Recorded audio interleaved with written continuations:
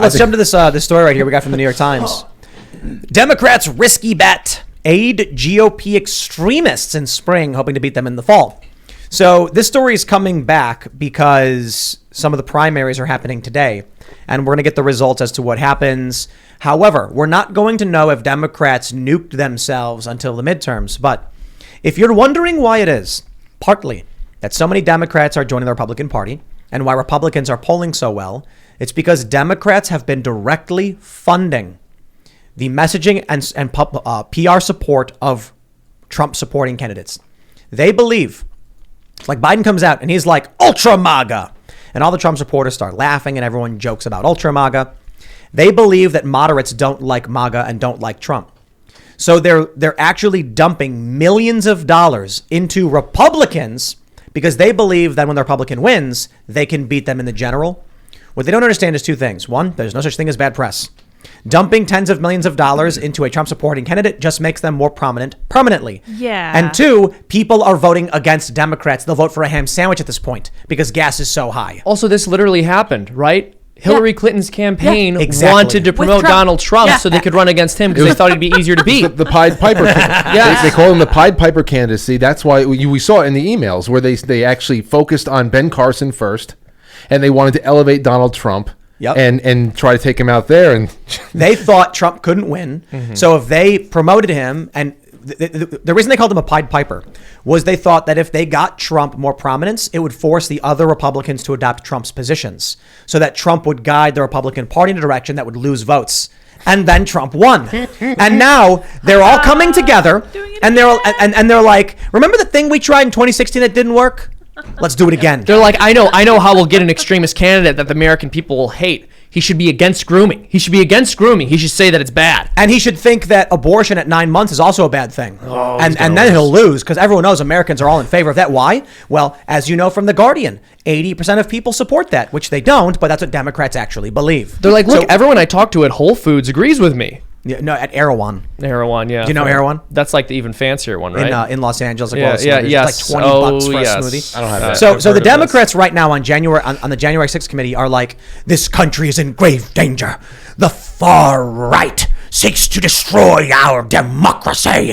And we're funding them and promoting their message and helping them build a base. Yeah, so is this perhaps a symptom of being so tightly in your own tight little echo chamber that you can't see the way out? Yes. Is that possibly it? They live in a bubble world. It's a cult. Yeah, and they're like, if we promote these people who believe fringe things, we'll certainly win. And then it's like, what does the candidate believe? One candidate was like, I'm pro-life. And they're like, promote him. He's far right. And then you're like, dude, the guy who says he's pro-life isn't going to constituents and screaming like that all women should be locked in prisons. He's saying things like, well, I just think there's challenges here, particularly as the Democrats are pushing for abortion up to 9 months. And they go like, wait, what? And he's like, yeah. And they're like, I saw your ad on TV. And he's like, yes, that was paid for by Democrats. And I'm like, I'm going to vote for this guy. So they're watching too many movies. They're watching too much Handmaid's Tale. They're watching their own movies. Exactly. They're watching their own movies. That's literally part of the bubble. And what is it that the New York Times is calling extremist? Because I'm pretty sure they think Marjorie Taylor Greene is an extremist, and she won handily, I believe. Right. They're watching like The Handmaid's Tale, and then sitting there going like, I want to make a show like this. And then they make like The Handmaid's Tale 2, and it's even crazier. And then some other person watches that and goes, I want to make a movie like this. They keep one-upping the psychotic ideology. Well, this is what's hilarious to me. So many left-wing people on Twitter and even on like Instagram, Facebook, other social media outlets where you actually interact with people so many people I've seen will post things like, this is just like The Handmaid's Tale, as if they're making some like interesting connection. It's like, okay, Handmaid's Tale was written by a left-wing feminist to critique how she thought our society operates. And oh my goodness, left-wing feminists think that that's how our society operates. Like, you haven't observed anything. She made a book about how she thought the world is, and then people who agree with her were like, yeah, this book is kind of how the world is. It's the craziest thing is, we talk about these dystopian novels, 1984, Brave New World, Fahrenheit 451, even Handmaid's Tale, and it's not any one of them. Someone back in the day, they sit back, George Orwell, he's like, I imagine a future of a government that controls everybody and forces them to do these things. And then you have Brave New World where it's like people are controlled through pleasure and medication. And it's like, actually, it's just all of it, dude. It's all of it. Luke Rakowski has the shirt where it shows, it's the wheel, it's the Venn diagram of all the different novels, and it says "You Are Here," and it's like in between all of them. Like Logan's Run and all that stuff. Well, actually, Logan's Run, now that I think about it. Also, I just want to mention, you guys are actually wrong. So George Orwell wrote A Handmaid's Tale, but he knew we weren't ready for it. So he passed it on in his will until someone gave it to Margaret Atwood, and she said it's time. But your kids are going to love it. Yeah. He was actually writing about, I think, what he was writing. George Orwell was writing specifically about something like the Spanish Civil War and stuff, wasn't he? Interesting. No. Maybe I'm wrong. Maybe I'm confusing him with something I heard else. that he had an anti-socialism conversion at the end of his life, like Constantine. And 84 is something I always you don't want to get cliche, but it's good to look at it because 84 is a really great way of looking at the management of information. Obviously, media, the snipping and tucking and nipping and tucking of history, so that people have nothing to go back, no perspective. But Brave New World, I think, is so pronounced in what we're going through right now. The genetic stuff, the sexualizing of children, the making family and obscenity. I mean, Brave New World is incredible. I think this is why a lot of people don't want to vote for Democrats. Two reasons. One, the first, the most obvious, is the economy's stupid. Gas prices this high, most people probably don't know anything about politics. That's probably why they voted for Biden. And that's probably why they're now like, I think I'll vote for the other guy. Because this happens every time. There's a large group of people that are just like, I'm jumping ship. 1 million Democrats switched parties to the Republicans in the past year. In 2016, it was 9 million Obama voters. I believe it was 9 million, right? 9 million people who had voted for Obama in the prior election voted for Trump. Yeah, it sounds right. So you now have people today looking at the Democratic Party and just saying no. We talked about this the other day with the LGBT pride events where you have naked men. There was a video that was like, it really did make me want to like just flip the table over and just like scream and wig out. It's an old man in tighty whities twerking in front of a little girl, and a woman walks up to the little girl and makes her wave to the man a couple times. And I'm just like, what they're doing to kids, the things they're doing in the streets. Who was it? Someone said, make that your campaign video. Oh, yeah, I said that. I was like, every Republican should just make that their campaign video. Make that stuff. Because the Democrats are not condemning it. I got an idea. I'm going to take that video, and I'm going to run it as an ad on Google. And let's see if they reject a man marching in a pride event. Right. Don't they think love is love? Yeah. It'll be, and then if they reject it, I'm not even kidding. I'll do this literally after the show. I'll put it right up. I'll go into Google, and I'll say, here's the video I want to promote. And then we'll see what Google says about it. No, you can't do that. That's wrong. I'll be like, it's just an LGBT pride event publicly with children around. There's a kid in the video. Yeah. What's your problem? It's safe for kids, right? Let's see you say it, Google. I will put money behind that and see if you allow it. Hey, I get a lot of that. We talk a lot. I've had a few people try to reason with me about why, rainbow flag this, Pride Month that. Like I have none of it anymore. I have nothing but disdain for the flag that I see popping up all over the place. Nothing but disdain for it. First of all, it doesn't represent gay people. Nothing. It's the sigil of a militant political movement, and I'm sick. I got a better idea. Amen. Let's put it up on a billboard on Times Square. Oh, my goodness. And every agency will reject it. Yep. They'll say no. And I'll say, this happened publicly in front of children, and I want your company to write a letter saying exactly why you will not allow a video from an LGBT pride event in Minnesota to be played on a billboard. Sounds like an investigation. There's no political statement. Yeah. There's no political. Do you oppose pride? And they'll say no, but this guy's like, well, this was publicly available for children, so what's wrong? I'll send it to our ad buyer right now. They No, say, they'll all say seriously. no. No corporation wants to tie into that. That's more of like So this is the point. a free speech thing. The point is, the corporations either have to publicly state, my company will not allow this ad. And that's all I want to hear. I want these big media buyers, these massive media advertising agencies to send the email saying, your ad has been rejected. Wow. And then I'll say, these companies oppose pride.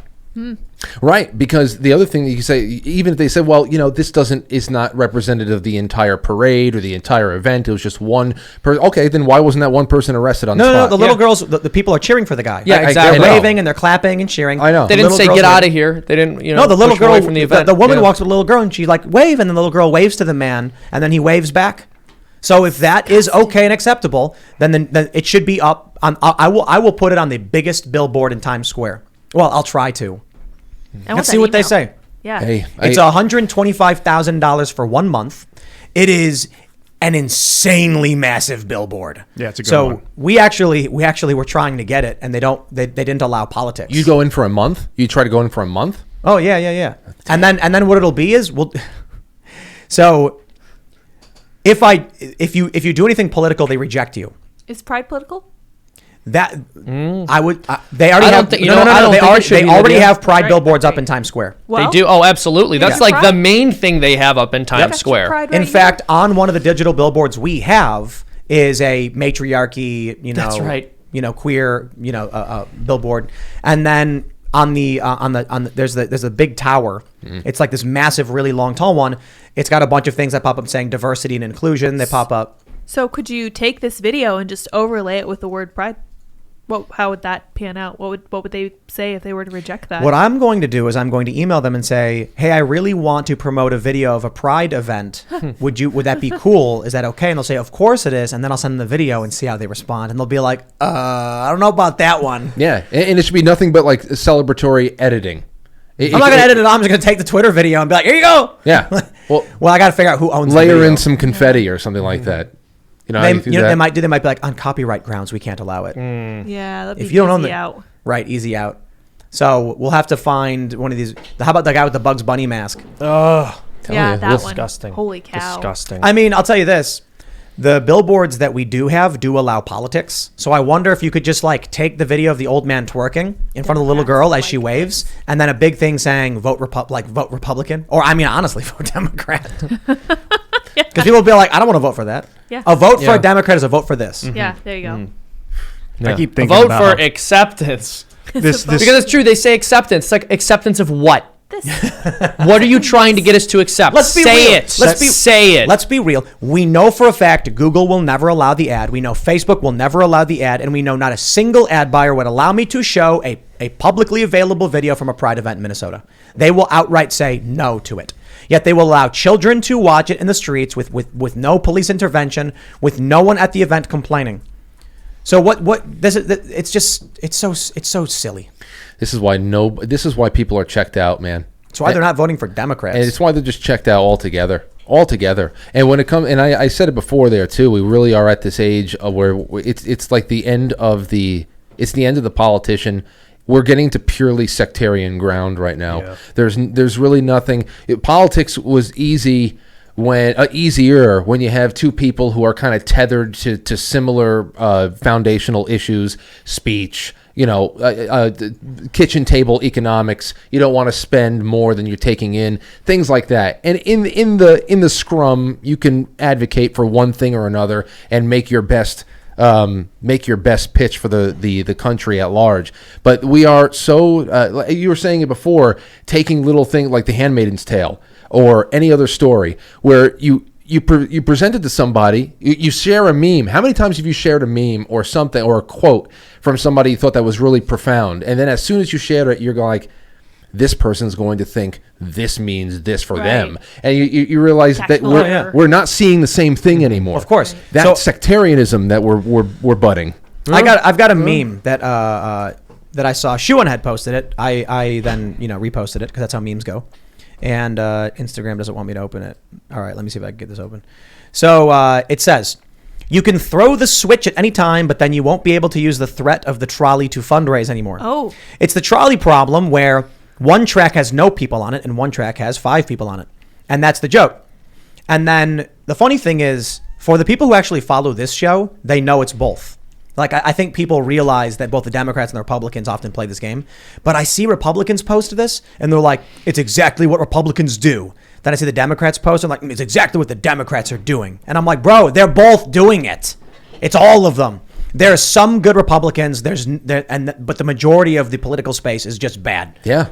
Thanks for checking out this segment from the Timcast IRL podcast. But if you want to check out the full show live, tune in Monday through Friday at 8 p.m. And if you want more special access content, head over to timcast.com and become a member. Your membership helps sustain this company, keep our journalists employed, makes this show happen, and you will get access to exclusive members-only segments of the Timcast IRL podcast, and there's a massive library to check out. So again, go to timcast.com or tune in Monday through Friday at 8 p.m., and we'll see you all there.